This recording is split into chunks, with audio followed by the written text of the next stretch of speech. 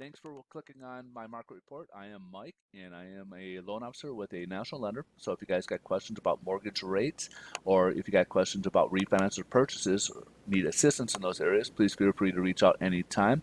This report is about mortgage rates, what drives them on a daily basis, why we see flexibility on a daily basis, what drives them, and moves. So, I'm sorry about duplicating that, but in any case, without further ado, let's just jump into the economic report. This is the first item that can affect mortgage rates.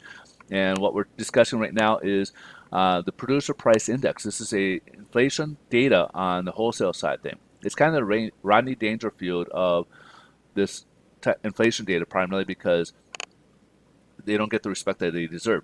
Inflation, even though we may see price increases in the wholesale side of things, they don't always pass that on to the consumer, and that's where we have more weight on what's affecting the consumer, which is the PCE or the CPI, but most specifically the PCE, primarily because that's the Fed's favorite gauge of inflation.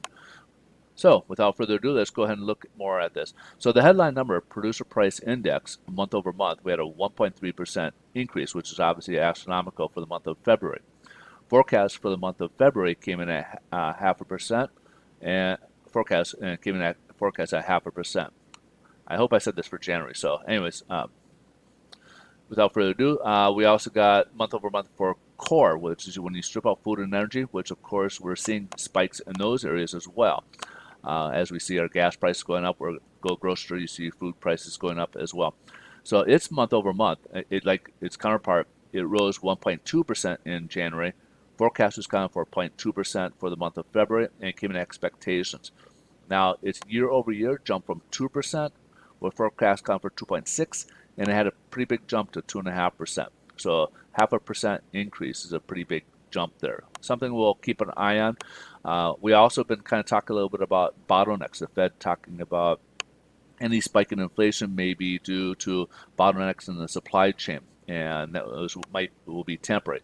This is kind of that, maybe potentially that type of data, but we'll watch the PCE as well as the CPI to see if those additional costs, are being passed on to the consumer. So stay tuned. We'll keep an eye on those. The last report earlier this week on CPI, it came in pretty tame. It actually went downwards. We got one more item here on there, and that is a consumer sentiment, which is a survey done by the University of Michigan. And February's number came in at 76.8. Forecast was supposed to be a slight uptick to 78.5, and it jumped all the way up to 83. So a pretty good jump for a month over month here.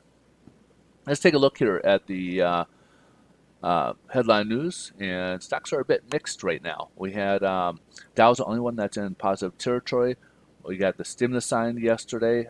So if you haven't heard, IRS, there's an article that came out yesterday. The IRS basically said that those who get direct deposits usually will see them quicker, and they may even see them as soon as this weekend, which will be good for a lot of consumers out there.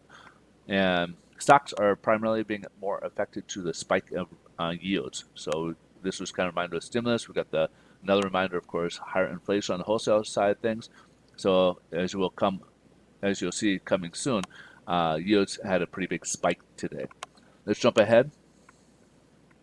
As you can see here, bonds weighed on mortgage-backed securities. We're down 33 basis points, which translates to mortgage rates worsening today. So we had, unfortunately, rates worsened from yesterday's pricing by quite a bit here. As you can see, we were even worse and improved a little bit. So we kind of got this wicks on both sides. And with this volatility, you never know what's going to happen. But right now, it's not looking good for mortgage-backed mortgages.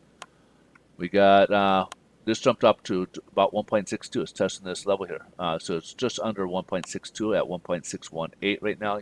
So that spike in yields is now we're having some more readjustments in terms of the mortgage-backed, or not only mortgage-backed securities, as they can kind of work together inversely of one another. But however, the stock market, tech stocks, it becomes overvalued at that point. So then stocks are going to readjust us to other areas.